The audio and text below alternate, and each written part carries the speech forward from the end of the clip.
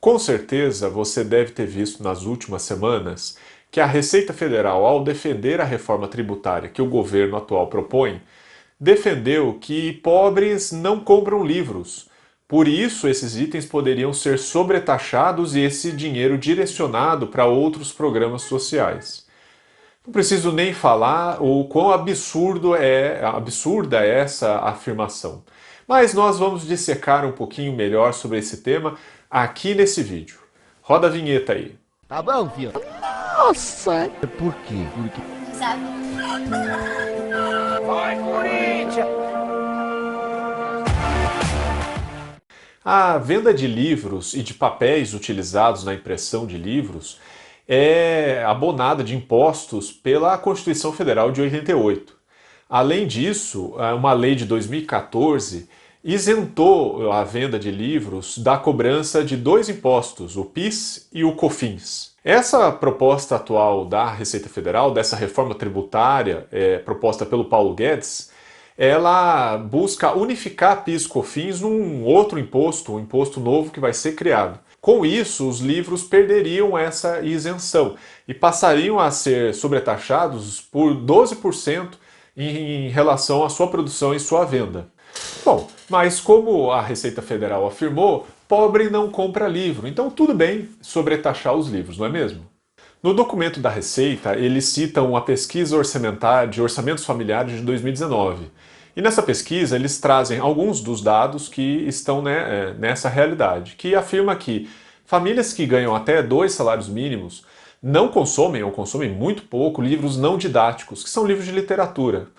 Enquanto que a maior parte de consumo desse tipo de livro está nas famílias que possuem renda superior a 10 salários mínimos. Ora, essa pesquisa e esse recorte dessa pesquisa já é bastante tendencioso. E eu vou mostrar aqui por que existem alguns pontos a serem levantados e colocados em questão para demonstrar que essa não é a realidade da venda e do consumo de livros no Brasil. Bom, o primeiro ponto que eu queria trazer aqui é que esses dados trazidos pela Receita estão enviesados. Por exemplo, se você cita apenas as famílias que recebem até 2 salários mínimos e as que recebem acima de 10 salários mínimos, nós temos um intervalo entre quem recebe de 3 a 9 salários mínimos que compõe a grande maioria da população, ou grande parte da população brasileira. E esse público, por que ele não foi citado? Pois então eu vou trazer esses dados para você aqui. Segundo o IBGE, 48% da venda de livros não didáticos acontece para pessoas que recebem menos de 10 salários mínimos. Ou seja, metade do volume de vendas.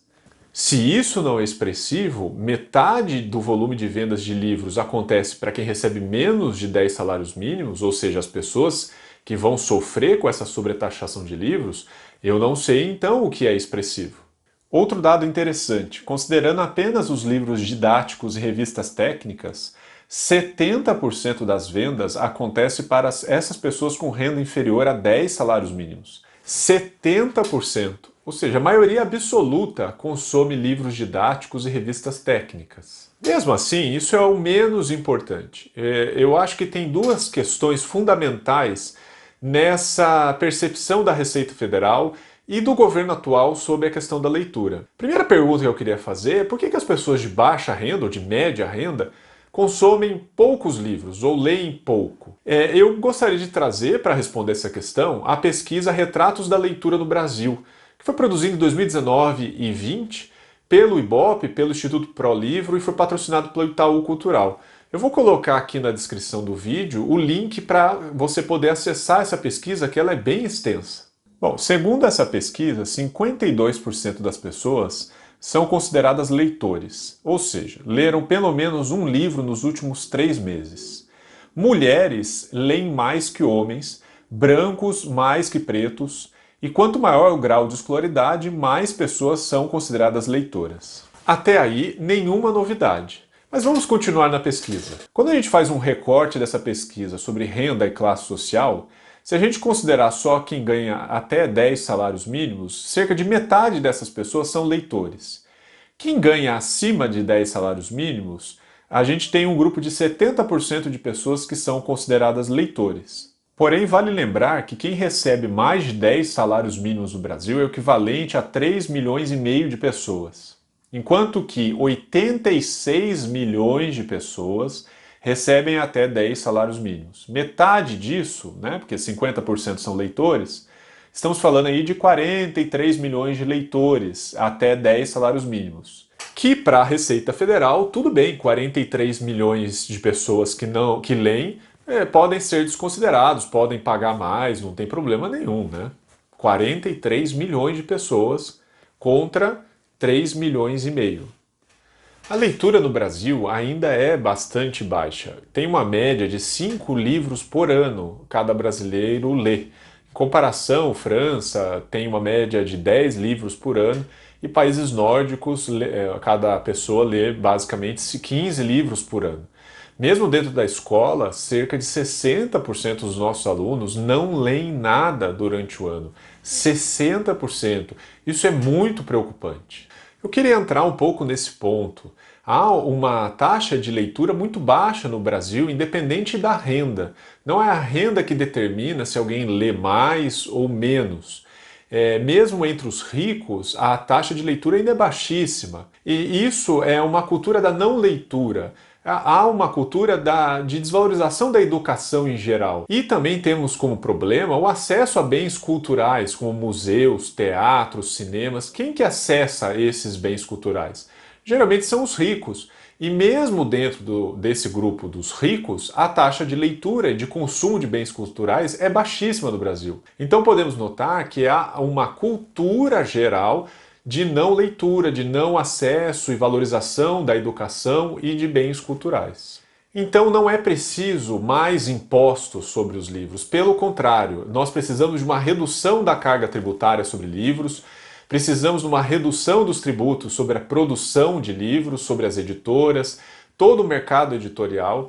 Precisamos de políticas públicas que possibilitem o acesso a bens culturais. Afinal, museus, teatros e a universidade e o livro não são coisas de rico. Nós precisamos justamente de incentivo e políticas públicas que possibilitem a maior parte da população adentrar esses espaços, consumir esses bens culturais e que possam ter acesso a livro também, a bibliotecas, possam ter uma política educacional mais voltada à leitura e assim por diante. Mas isso me dá o gancho para a nossa segunda questão sobre essa percepção que o governo e a Receita Federal têm sobre o consumo de livros no Brasil. Antes disso, eu peço para você curtir esse vídeo se você está gostando, compartilhar com seus amigos e se inscrever no canal para receber os próximos que eu vou produzir mais para frente. Aplicando uma sobretaxação de 12% em cima do livro, essas pessoas vão conseguir comprar e ler? Óbvio que não. Você acha que uma pessoa que vive com 1, 2, 3 salários mínimos vai conseguir gastar 30, 40 reais por mês num livro? Tem gente que não consegue nem fazer uma compra de mês, vai gastar dinheiro com um livro? É óbvio que não.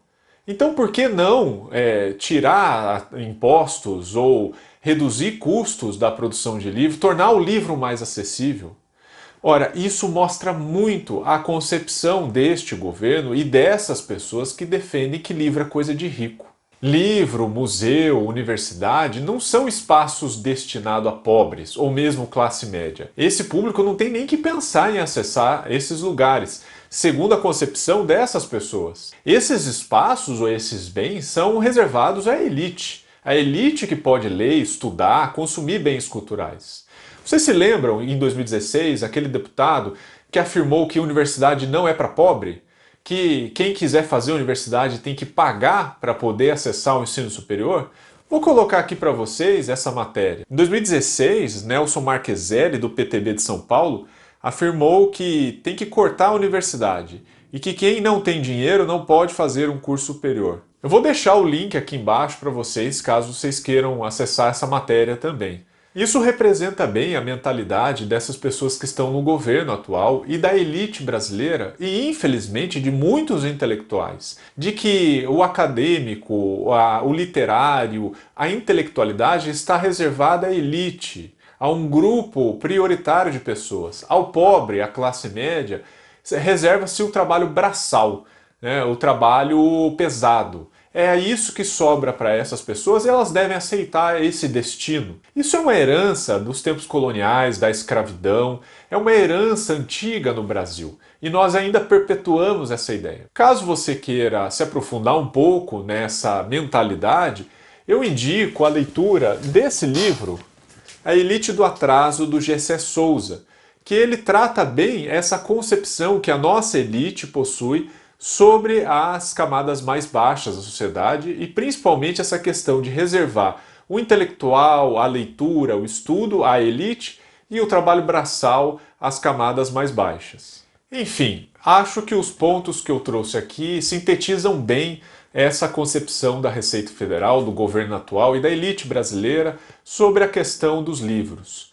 Não é que o pobre não lê livro, é que nessa concepção o pobre não deveria ler livro. Então tudo bem sobretaxar.